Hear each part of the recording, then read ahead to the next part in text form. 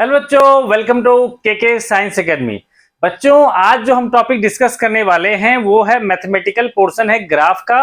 लेकिन उसका use physics में और केमिस्ट्री में कहाँ कहाँ होता है और कैसे कैसे हम उस ग्राफ फॉर्म कर सकते हैं और किस तरह से उसको हम इक्वेशन निकाल सकते हैं, किस तरह उसके स्लोप निकाल सकते हैं, इन सभी चीजों को आज हम डिस्कस करेंगे। तो ये जो है मैथमेटिकल टूल्स का पार्ट थर्ड है, जिसमें कि मैंने ऑलरेडी जो है लॉग का, जैसे लास्ट वीडियो में मैंने बना रखा है ऑलरेडी, जिसमें था लॉग के बारे में, एंटी लॉग के बारे में, इसके अलावा जो ट्रिगोनोमेट्री के रिलेशंस थे, अलजेब्रा के रिलेशन थे, वो सारे जो बेसिक कंसेप्ट जिसकी फिजिक्स केमिस्ट्री में जरूरत पड़ती है वो सारा मैंने ऑलरेडी दे रखा है।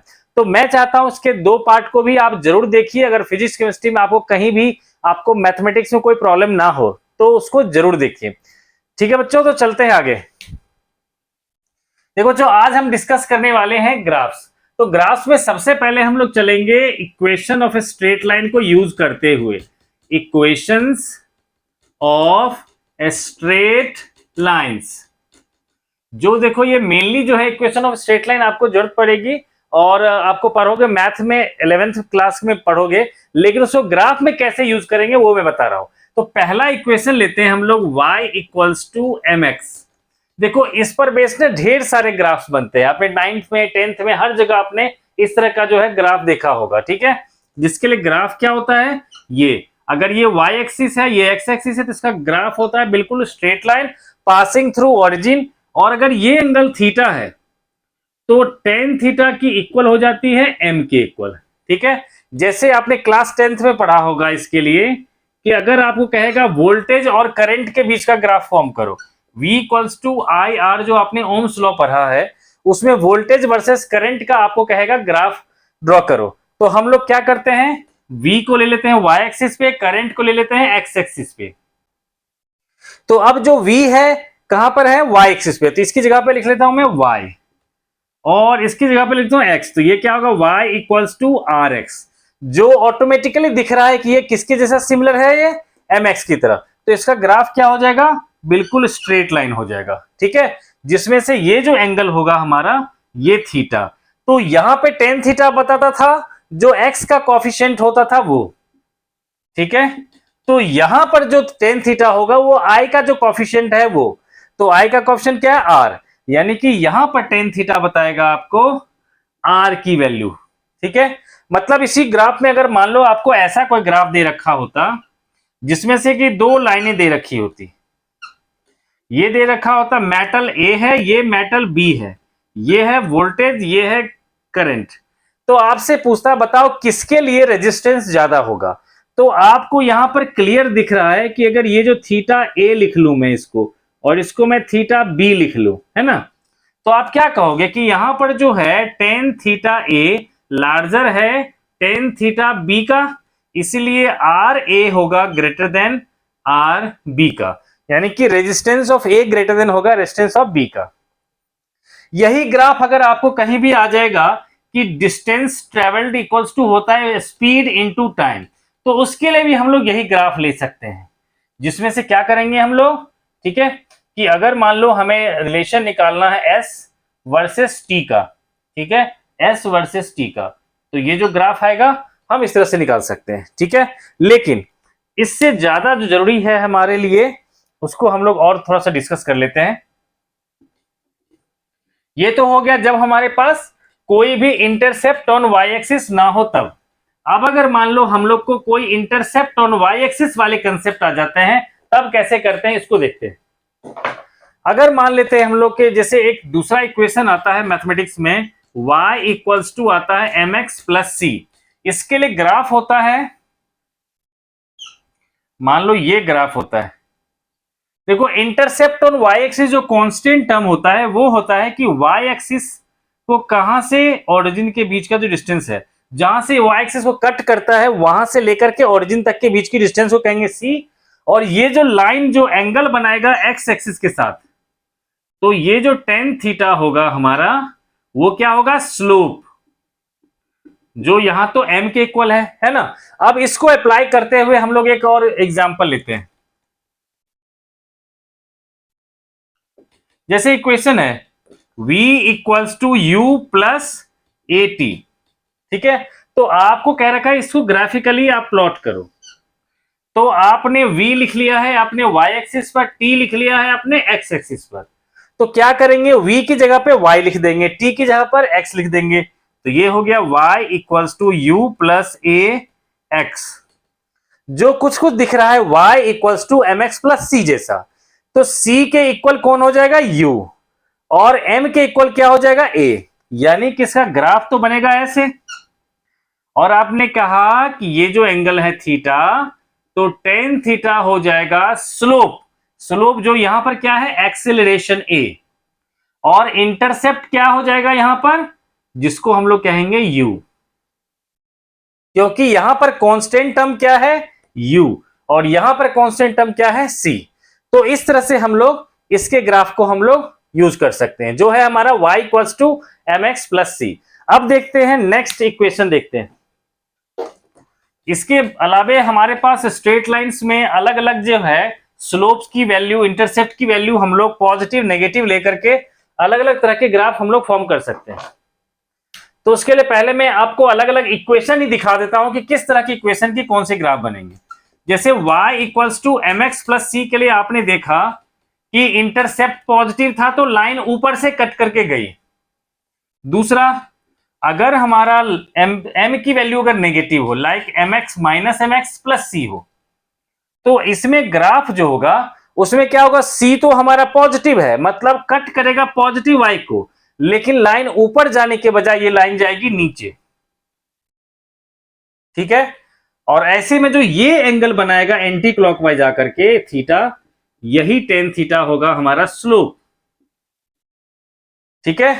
अब अगर मान लो मैं थर्ड लेता हूं एक ग्राफ, इसमें ले लिया मैंने y equals to m x minus c. इस बार मैंने इंटरसेप्ट को नेगेटिव कर दिया और m पॉजिटिव है। m पॉजिटिव मतलब लाइन जाएगा ऊपर, और c नेगेटिव होने का मतलब ये नेगेटिव y एक्सिस से ये ऊपर की तरफ जाएगा। ठीक है। तो ये जो आ गया हमारा इंटरसेप्ट आ जाएगा c, और ये जो भी एंगल बनाएगा थीटा, यही टेन थीटा हो जाएगा हमारा m के इक्वल, यानी कि स्लोप के इक्वल। अब हर एक का एप्लीकेशन में एक एक बताऊंगा आपको। ठीक है। तो इसके अलावे एक और इक्वेशंस बन सकती है, जो लेता हूं मैं फोर्थ इक्वेशन, कि y equals to minus m x minus सी।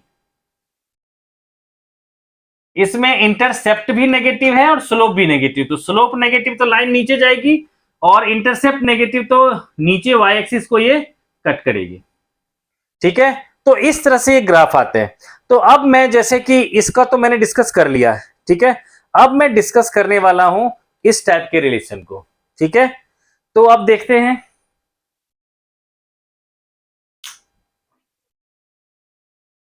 इसको, इस पर मैं जैसे कि एग्जांपल बताता हूं कि केमिस्ट्री में जब आप केमिकल काइनेटिक्स पढ़ोगे, उसमें आपको ग्राफ ड्रॉ करने के लिए आएगा लॉग आर वर्सेस टी का। देखो, जो केमिस्ट्री में ग्राफ आएगा आपको, जिसमें रिलेशन होता है log R equals to log R not minus के बाय 2.303 इंटू टी। इसमें आपको कहेगा ग्राफ ड्रॉ करो लॉग आर वर्सेस टी का। तो आप कह सकते हो कि ठीक है sir, log R Y axis पे है, तो इसकी जगह पे मैंने लिख लिया y, और t की जगह पे लिख लिया x। तो ये क्या हो गया, लॉग आर नॉट माइनस के बाई 2.303 इंटू एक्स। तो ये कैसा दिख रहा है कि y इक्वल्स टू सी तो पॉजिटिव है, कांस्टेंट टर्म पॉजिटिव है, लेकिन स्लोप क्या है, नेगेटिव है। स्लोप नेगेटिव मतलब लाइन जाएगी नीचे, और इंटरसेप्ट पॉजिटिव मतलब पॉजिटिव y एक्सिस को कट करेगा। ओह सॉरी, ये जो है ये तब आएगा जब स्लोप हमारा पॉजिटिव होगा, लेकिन क्या है, स्लोप इस बार क्या है, नेगेटिव। तो इसमें क्या होगा, कुछ इस तरह से ग्राफ आ जाएगा। ठीक है। तो ये आ जाएगा हमारा जो कांस्टेंट टर्म है, which is log R not, और अगर ये जो थीटा होगा हमारा थीटा, तो टेन थीटा की वैल्यू हो जाएगा माइनस के बाय 2.303। ठीक है। तो ये बन गया रिलेशन हमारा। ये किस रिलेशन के लिए बना, जब y इक्वल्स टू क्या था हमारा, माइनस एम एक्स प्लस सी। ठीक है। जिसके लिए ग्राफ फॉर्म होता था बिल्कुल इस तरह से। ठीक है, जिसमें बता रखा है मैंने कि C आता है इंटरसेप्ट ऑन y एक्सिस, और ये जो भी एंगल आएगा थीटा, ठीक है, और यही आ जाएगा हमारा स्लोप, स्लोप आ जाएगा टेन थीटा के इक्वल। ओके, तो ये जो ग्राफ है हम इसी तरह से यूज करेंगे। तो अगर आपने 11th अभी अगर आप ये चीज समझ जाओगे तो उस समय आपको कोई प्रॉब्लम नहीं होगी। जब आप 12th के ये ग्राफ ड्रॉ करोगे तो आपको प्रॉब्लम नहीं होगी, लेकिन अगर आप यही नहीं सीखोगे तो वहां पर हो सकता है आपको कि प्रॉब्लम हो। अब एक नेक्स्ट चलते हैं, इक्वेशन जो बता चुका हूं मैं उसको यूज करेंगे।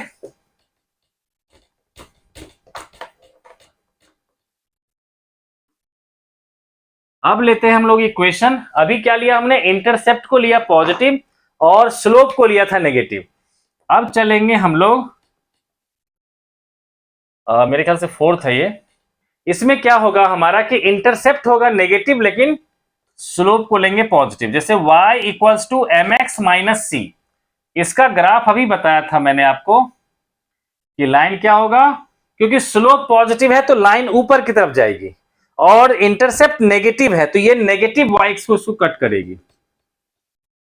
और मैंने कहा था यहां जो एंगल थीटा होगा वही टेन थीटा हो जाएगा यहां पर m के इक्वल। ठीक है, तो अब इससे रिलेटेड जो है एक इक्वेशन मैं आपको देता हूं। जैसे कि अभी आप लोग एक रिलेशन पढ़ोगे केमिस्ट्री में, स्ट्रक्चर ऑफ एटम में, जिसमें एक रिलेशन आता है कि काइनेटिक एनर्जी ऑफ इलेक्ट्रॉन होता है H into new minus work function. जहां पर यह होता है कि जब भी कोई फोटोन इंसिडेंट होता है मेटल सरफेस पे तो उससे जो इलेक्ट्रॉन निकलता है उसकी काइनेटिक एनर्जी ये है और ये है वर्क फंक्शन। तो आपको कहेगा कि ग्राफ प्लॉट करो between the kinetic energy and incident frequency. ठीक है, तो अब देखो हमने क्या किया है, काइनेटिक एनर्जी को लिख लिया है y एक्सिस पर, फ्रीक्वेंसी को लिख लिया x एक्सिस पर। तो ये कैसा बन जाएगा इक्वेशन, कहोगे इसकी जगह पे लिख लेंगे y equals to h into x minus डब्ल्यू नॉट। तो ये कैसा इक्वेशन बन गया, y equals to m x minus c जैसा बन गया है ना, y equals to m x minus c. ठीक है, तो इस सिचुएशन में क्या करेंगे हम लोग, तो ग्राफ कैसा होगा, इसको मैं ग्राफ को एक बार दोबारा से ड्रॉ करता हूं, क्योंकि हमें लेना था नेगेटिव y एक्सिस को लार्जर पोर्शन में।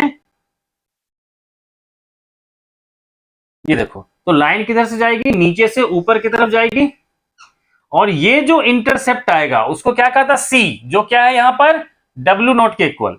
तो ये आ जाएगा हमारा वर्क फंक्शन, और अगर एंगल लिया ये थीटा तो ये टेन थीटा किसके इक्वल हो जाएगा, जो फ्रीक्वेंसी का कोएफिशिएंट है, क्योंकि फ्रीक्वेंसी कहां पर है, एक्स एक्सिस पे है। ठीक है, तो क्या होगा, ये टेन थीटा इक्वल टू आ जाएगा प्लैंक्स कांस्टेंट h। ठीक है बच्चों, तो ये आ गया हमारा इक्वेशन जब हमें ग्राफ के बारे में बात करेंगे, स्ट्रेट लाइन से रिलेटेड ग्राफ। अब बात करते हैं जो पैराबोला हाइपरबोला से रिलेटेड जो ग्राफ आएगा उसके बारे में बात करते हैं। अब डिस्कस कर रहे हैं कि जो मैथ का एक जो कंसेप्ट है पैराबोला, वो टॉपिक आप पढ़ोगे कॉनिक सेक्शन में, तो उससे रिलेटेड किस तरह से ग्राफ बनाते हैं इसको हम लोग आज डिस्कस करते हैं। तो देखो, जैसे कि आप लोग कॉनिक सेक्शन में पढ़ोगे y स्क्वायर इक्वल्स टू होता है 4ax, ये पैराबोला आता है, इसको कुछ इस तरह से हम लोग दिखाते हैं। ठीक है, तो लेकिन हमें फिजिक्स में इसको किस तरह से यूज करना है तो इसको मैं अभी आपको बताता हूं। तो इसको फिजिक्स में यूज करने के लिए हम लोग क्या करेंगे कि ये पोर्शन को हटा देंगे। ठीक है, तो ये बन जाएगा हमारा y square is directly proportional to x। ठीक है, इसी तरह से अगर हम सेकेंड रिलेशन लेते हैं x square equals to 4ay, अगर इस पैराबोला को अगर हमें रिप्रेजेंट करना हो तो ये कुछ इस तरह से आता है, कुछ इस तरह से आता है। लेकिन अगर मुझे सिर्फ और सिर्फ रिप्रेजेंट करना हो X square is directly proportional to y को, तो उसके लिए मुझे क्या करना पड़ेगा कि मुझे इस नेगेटिव वाले पोर्शन को हटा देना पड़ेगा। तो ये ग्राफ बन जाएगा X square is directly proportional to y को। अब इसको अप्लाई करते हुए हम लोग कुछ रिलेशन ड्राइव करते हैं। जैसे कि मान लो आपको कह देगा कि काइनेटिक एनर्जी का स्पीड के साथ जो है ग्राफ ड्रॉ करो। देखो बच्चों, काइनेटिक एनर्जी होता है हमारा हाफ एम वी स्क्वायर। तो अगर मान लो आपको ग्राफ दे दिया काइनेटिक एनर्जी वर्सेस स्पीड, ठीक है, तो अब देखो हमने इस रिलेशन में काइनेटिक एनर्जी को कहां रखा, y पर, v को कहां रखा, x पे। तो इस रिलेशन में आप पुट कर दो तो ये क्या बन जाएगा, y equals to half m X square.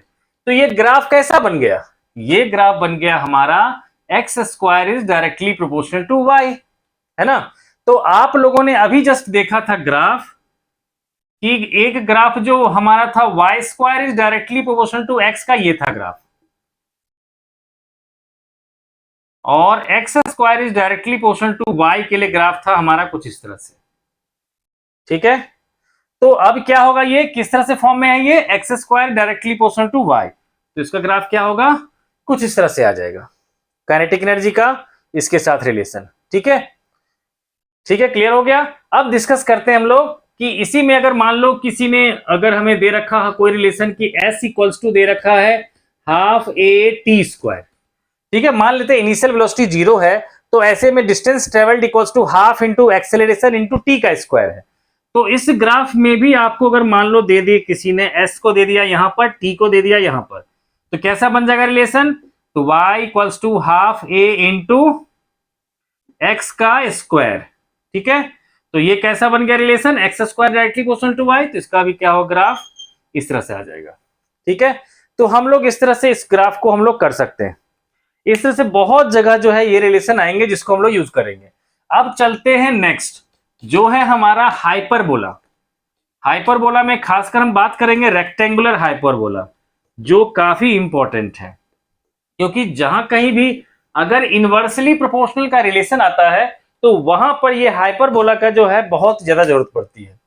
तो देखो मैथ में एक फॉर्मूला आएगा आपका X Y equals to C square, ये आपका वही कोनिक सेक्शन का पार्ट है, ठीक है, जिसको कहते हैं रेक्टेंगुलर हाइपरबोला।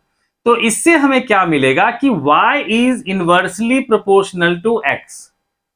तो जब एक वेरिएबल दूसरे वेरिएबल के इनवर्सली प्रोपोर्शनल है तो हम इस ग्राफ को हम लोग यूज कर सकते हैं। तो इसका ग्राफ बहुत ही सिंपल होता है, आपको ना तो इस एक्सिस को टच करना है ना ही इस एक्सिस को, और इस तरह से जो है कोशिश करना है कि ये लाइन जो है डाउन ही होता चला जाए, ठीक है, ये लाइन जो है हमारा नीचे की होता चला जाए लेकिन टच ना करे, ठीक है। तो आप लोग उसके अकॉर्डिंगली फॉर्म कर सकते हो, ठीक है, क्योंकि ये जो है ना इनफाइनाइट पे जाके टच करता है, ठीक है। तो इसका इक्वेशन कहां कहां पे बनेगा, तो जैसे कि अगर मान लो हमने बात कर लिया, इक्वेशन ले लिया अगर कहीं भी, अभी जैसे डिस्कस किया था v equals to I into R, ठीक है। या फिर मान लेते हैं कि इसमें अगर आपसे कह देगा कि ठीक है करंट और रेजिस्टेंस का ग्राफ दे दिया है for constant voltage, for constant voltage, ठीक है। तो आप कह सकते हो ठीक है अगर कांस्टेंट वोल्टेज है तो I इक्वल्स टू क्या होगा V बाई आर, ठीक है। I को लिख लिया y एक्सिस पर और ये हो गया हमारा x एक्सिस पे, तो ग्राफ क्या हो जाएगा कुछ इस तरह से।